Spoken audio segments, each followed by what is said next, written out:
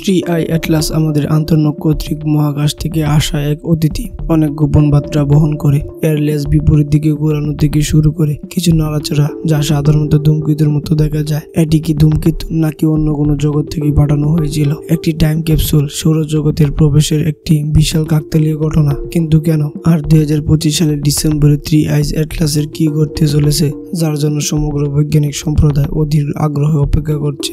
নাজারি three I অ্যাটলাসের গল্প শুরু হয় 2025 সালের জুলাই মাসের এক ঠান্ডা রাতে, যখনই হাওয়াই, চিলি এবং দক্ষিণ আফ্রিকার অবস্থিত টেলিস্কোপে একটি বিশাল নেটওয়ার্ক তাদের দৈনন্দিন কাজে ব্যস্ত ছিল। এই নেটওয়ার্কগুলিকে বলা হয় গ্রহণ স্থলজ ইম্প্যাক্ট লাস্ট অ্যালার্ট সিস্টেম বা সংক্ষেপে অ্যাটলাস।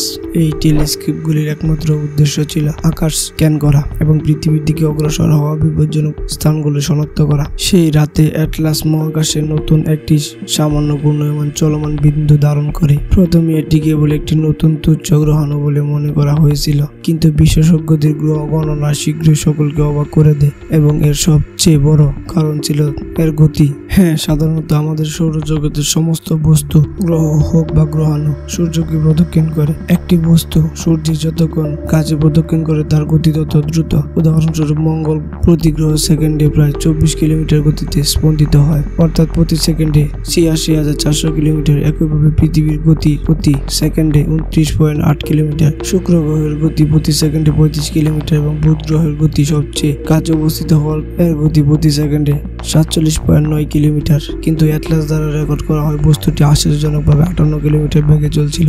সমস্যাটি ছিল যে এর গতি তার অবস্থানের সাথে মিলে না। সেই সময় এটি আমাদের সবচেয়ে বাইরের গ্রহ বৃহস্পতির কাছাকাছি ছিল, কিন্তু এর গতি বুধ গ্রহের চেয়ে অনেক বেশি ছিল। এই গতি প্রমাণ করেছিল যে এই বিশাল শিলাটি আমাদের সৌরজগতের অংশ ছিল না, বরং অন্য একটি সিস্টেম থেকে এসেছে যা আন্তঃনক্ষত্রিক স্থান নামে পরিচিত।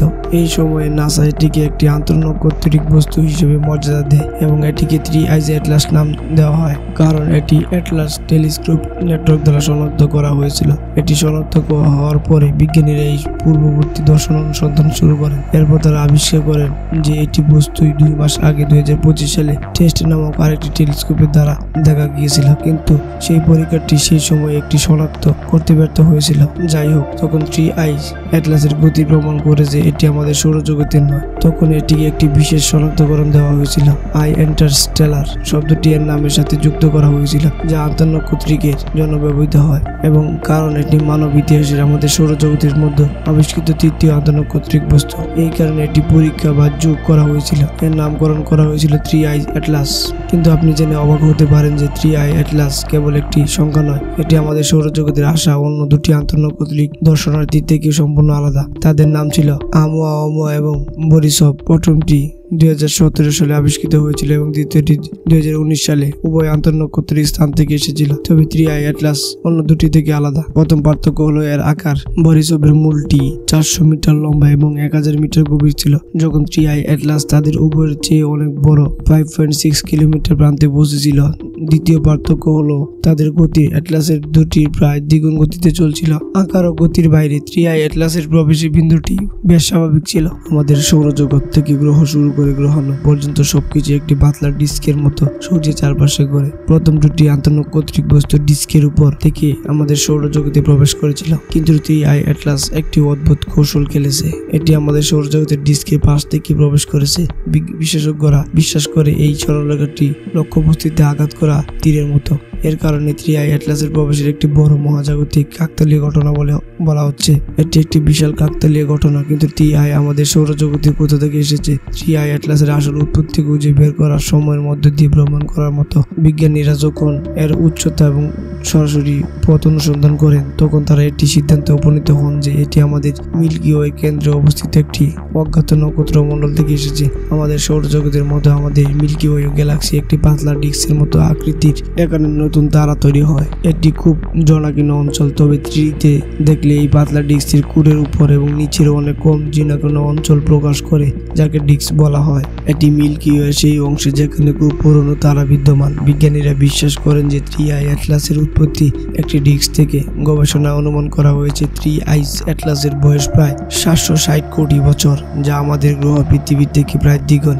যদিও আমরা খুঁজে পাইনি যে কোন তারাটি জন্ম দিয়েছে, তবে বিজ্ঞানীরা 1 কোটি বছর ধরে যাত্রাটি করেছে এবং আশ্চর্যজনকভাবে এই পুরো যাত্রায় এটি আমাদের সূর্যের কাছাকাছি, যতটাই কাছাকাছি গিয়েছিল ততটাই অন্য কোনো নক্ষত্রের কাছে আসেনি। যখন 3i অ্যাটলাস আমাদের সৌরজগতের সীমানা স্পর্শ করেছিল তখন এই বস্তুটি কোনো দ্রুতগামী নির্ভীক ভ্রমণকারীর চেয়ে কম ছিল না। সেই সময় এটি সূর্য থেকে অনেক দূরে বৃহস্পতির কক্ষপথের বাইরে এবং অন্ধকার স্থানে উপস্থিত ছিল। এই সময় পর্যন্ত এটি মোটেও দৃশ্যমান ছিল না। তবে এই গল্পে প্রথম অদ্ভুত মোড় আসে যখন এটি বৃহস্পতির কাছাকাছি এসেছিল, অর্থাৎ 5টি অ্যাস্ট্রোনমিক্যাল ইউনিট। এখানে একটি এআইইউ বলতে কি বোঝায় আসুন সহজ ভাষায় শিখি। পৃথিবী থেকে সূর্যের দূরত্বের এক ওয়ান এআইইউ বলা হয়। সুতরাং যখন 3i অ্যাটলাসে সূর্যের 5 গুণ কাছে এসেছিল তখন এটি তার আসল রং দেখাতে শুরু করেছিল। সাধারণত এই দূরত্বের কোমা হিমায়িত হয়ে থাকে, তবে এই দূরত্বে 3i অ্যাটলাসের নিজের চারপাশে ধোঁয়া তৈরি করে শুরু করে।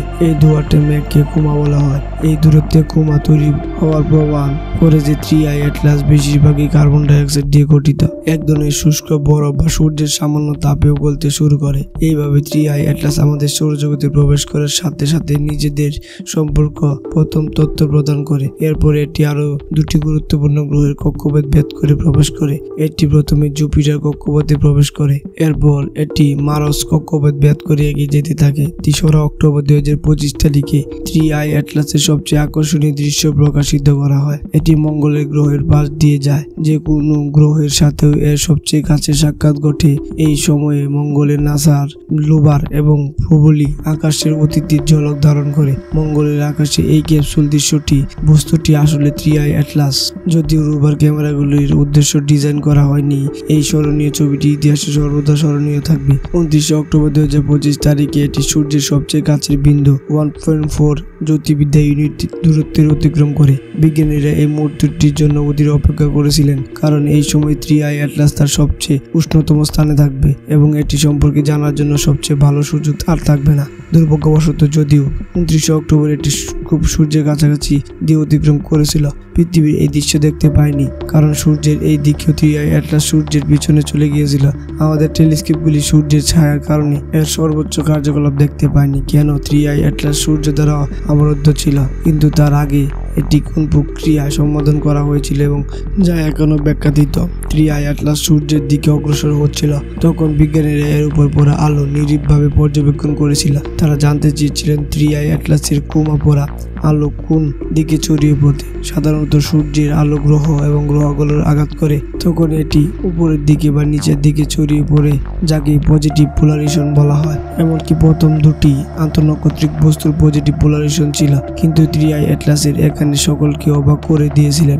বিজ্ঞানীরা লক্ষ্য করেছেন যে যখন সূর্যের আলো তার কোমায় পড়ে তখন উপর বা নিচে যাওয়ার পরিবর্তে এটি সূর্য থেকে প্রতিফলিত হচ্ছিল, অর্থাৎ এর মেরুদণ্ড ছিল নেতিবাচক। আশ্চর্যের বিষয় হলো 3i অ্যাটলাসের মেরুকরণ কেবল নেতিবাচক ছিল না, বরং এতটাই চরম ছিল যে এটি কোনো বস্তুতে আবিষ্কৃত সবচেয়ে চরম নেতিবাচক মেরুকরণ ছিল। কিন্তু কেবল এর নেতিবাচক মেরুকরণে এটিকে অনন্য করে তুলেছিলেন না। যেমনটি আপনি আগে জেনেছেন, 3i অ্যাটলাস বৃহস্পতির দূরত্বের সমান দূরত্বে পতিত গ্যাসের মেঘ তৈরি করেছিল। এর অর্থ এটি দূরের উত্তপ্ত হতে শুরু করেছিল।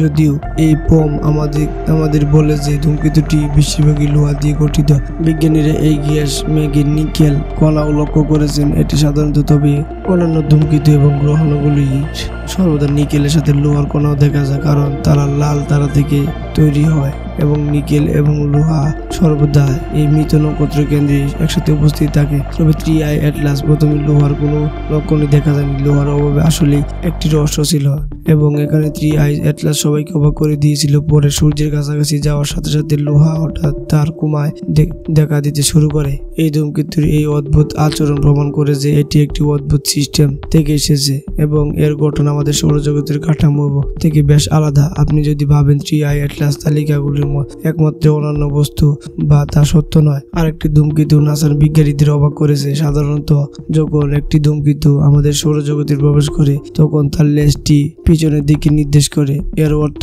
এটি সূর্যের থেকে অনেক দূরে। কিন্তু আশ্চর্যের বিষয় হলো 3i অ্যাটলাস আমাদের সৌরজগতে প্রবেশ করে তখন তার লেজটি সূর্যের দিকে নির্দেশন করে, এর অর্থ হলো এটি এই দিকে চলছিল।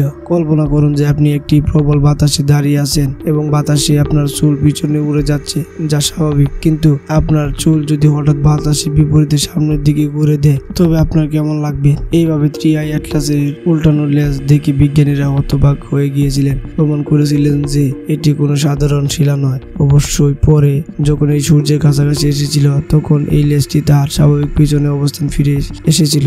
এই অদ্ভুত ঘটনাটি নিয়ে গবেষণা এখনো চলছে। বর্তমান আপডেটটি হলো সূর্যের পিছন থেকে বেরিয়ে আসার পর 3i অ্যাটলাস দ্রুত আমাদের সৌরজগৎ থেকে বেরিয়ে যায়। তবে এর প্রস্থানের আগে দুটি গুরুত্বপূর্ণ ঘটনা বাকি রয়েছে, যারা বিজ্ঞানীরা অধীরে আগ্রহ অপেক্ষা করেছিলেন। আশা করা যাচ্ছে যে ডিসেম্বরে এটি সূর্যের পিছন থেকে বেরিয়ে আসবে এবং পৃথিবীর সবচেয়ে কাছের বিন্দু অতিক্রম করবে। এই সময়ের মধ্যে সূর্যের তাপ কিভাবে তার গঠন এবং আকৃতি পরিবর্তন করেছে তা পর্যবেক্ষণ করা হবে। এটিও কি স্বাভাবিক হবে নাকি 3i অ্যাটলাস এখানে ভিন্ন কিছু দিয়ে সবাইকে অবাক করবে? আর দ্বিতীয়ত 16ই মার্চ 2026 তারিখে 3i অ্যাটলাস আবার বৃহস্পতির পাশ দিয়ে যাবে। এটি হবে শেষবার যখন আমরা এত কাছ থেকে এটি দেখতে পাবো। এই মুহূর্তটি পৃথিবীর কক্ষপথ থেকে নাসার প্রোব তার চূড়ান্ত ছবি তোলার চেষ্টা করবে, কারণ 3i অ্যাটলাস আমাদের সৌরজগৎ থেকে চিরতরে চলে যাবে। আমরা আশা করি এই ভিডিও পছন্দ করবেন এবং শেয়ার করবেন। আপনার ভালোবাসার মন্তব্যের জন্য অনেক ধন্যবাদ।